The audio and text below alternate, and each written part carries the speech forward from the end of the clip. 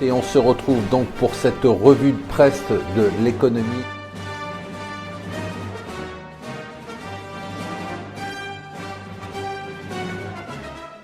Bonjour et bienvenue sur Mon Financier. Nous sommes le mardi 29 septembre. Bienvenue pour cette revue de presse quotidienne de l'Écho.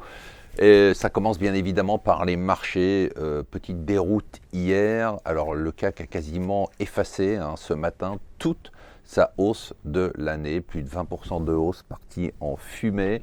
Nous nous retrouvons donc au niveau de la fin de l'année dernière et les marchés américains, eux, ont commencé à plier hier. C'est un peu une première de voir les marchés baisser. Beaucoup d'inquiétudes, bien sûr. Le retour aux fondamentaux, des fondamentaux, on vous le dit depuis des mois, qui ne sont pas bons. Alors, est-ce qu'il faut paniquer? Pas encore, mais est-ce qu'il faut se précipiter sur le marché? Oui, si vous êtes un trader. Non, si vous êtes juste un investisseur. Ce qui fait la une aussi de tous les journaux américains, c'est ce groupe symbolique de super cycle haussier des matières premières, Glencore. Glencore, c'est la success story des matières premières, un patron emblématique, une fusion et une bataille boursière avec Xstrata. Eh bien, une IPO, une introduction en bourse qui avait fait couler beaucoup d'encre.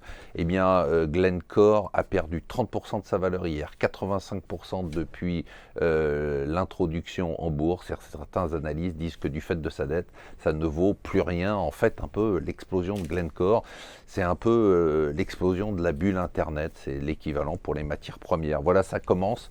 On s'y attendait, mais ça y est, ça va s'accélérer. Les banques doivent fermer leurs agences. Si elles le pouvaient, elles les fermeraient toutes.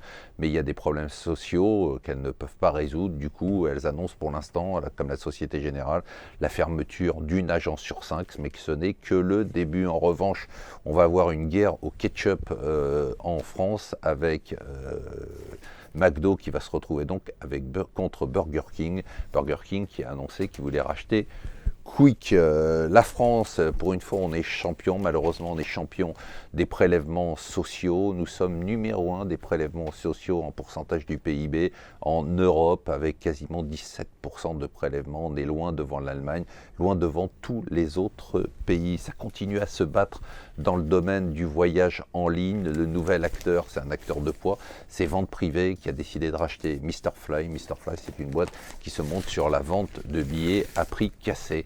Et enfin, voilà, c'est assez bien dit. Finalement, c'est la géopolitique résumée pour les nuls.